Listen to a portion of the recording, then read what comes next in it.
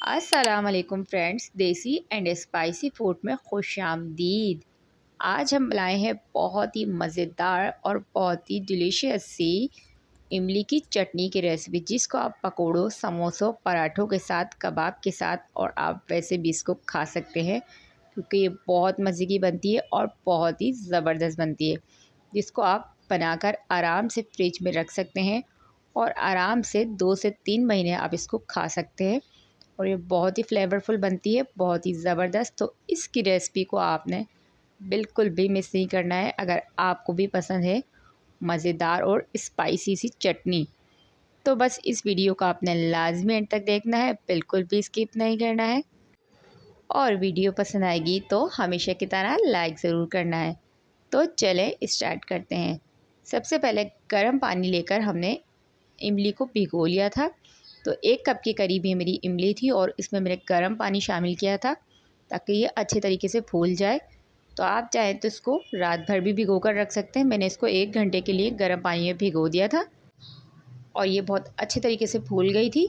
तो इसको पहले हाथों की मदद से हम अच्छे तरीके से इसको मसल लेंगे, ताकि जो इसका गूदा है, इसका जो लेस है, वो अच्छी तरीके से पानी में जज़्ब हो जाए। उसके बाद हमने इसके बीज को कर देना है रिमूव और हमें सिर्फ इसका गूदा चाहिए। बिल्कुल भी हमें इसकी जो बीज हैं वो सारे के सारे हमें इसको रिमूव कर लेने हैं।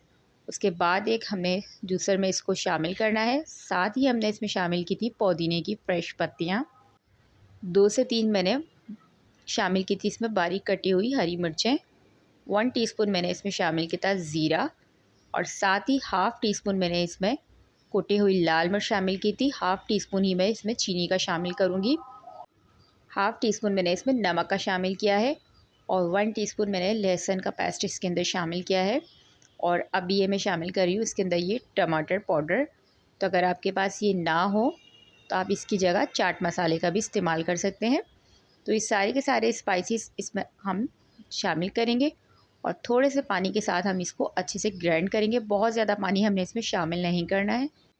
तो हमने इसको थिक सा रखना है, ताकि ये बहुत ही मज़ेदार सी लगे और बहुत ही ज़बरदस्त सी हमारी चटनी बनके रेडी होती है। तो यहाँ हम इसको थोड़ा थोड़ा करके ग्राइंड करते रहेंगे, ताकि हमारे जो सारे मसाले हैं वो अच्छे से इमली के साथ ज़बरदस्त से मिक्स हो जाए और बहुत ही मज़ेदार सी सॉसी सी हमारी ये रेडी तैयार हो जाए चटनी। तो बस यहाँ पर 2 से 3 मिनट मैंने इसको अच्छे से पीस लिया था और इसको हम किसी भी जार में, किसी भी बर्नी में आप इसको रख सकते हैं, स्टोर कर सकते हैं। और ये देखें ज़बरदस्त सी हमारी फ्लेवरफुल सी हमारी मज़ेदार सी इमली की चटनी बनके रेडी हो चुकी थी, जो देखने में ही बहुत मज़े की लग रही थी और खाने में तो ये इतनी लाजवाब लगती है कि जब आप इसको बनाएंगे तो आप यकीन करें कि महीनों की जगह आप ये दिनों में ही ख़त्म कर देंगे।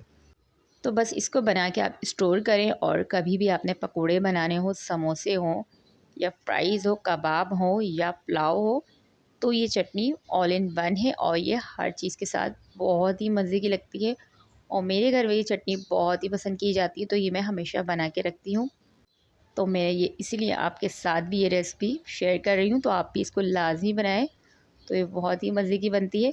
तो सबसे पहले मैंने इसको पुलाव के साथ ट्राई की थी, तो ये बहुत ही मज़े की लग रही थी और यकीन करें कि जब आप इसको स्टोर कर देते हैं तो ये और ज़्यादा मज़े की हो जाती है। तो आप इसको जितनी चाहे बनाकर रख सकते हैं, बिल्कुल भी फ्रिज में ख़राब नहीं होती।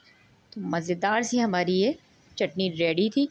तो आपने लाजमी बताना है कि आपको कैसी लगी ये रेसिपी। तो पकोड़ों के साथ खाएं, समोसों के साथ खाएं, एंजॉय करें और मुझे लाजमी बताएं कि आपको ये मज़ेदार सी चटनी किस चीज़ के साथ ज़्यादा मज़े की लगती है। तो बस झटपट सी ये चटनी की रेसिपी आपने लाजमी ट्राई करनी है। तो इंशाल्लाह मिलती हूँ आपसे नेक्स्ट वीडियो में। जब तक के लिए अल्लाह ने के बाद।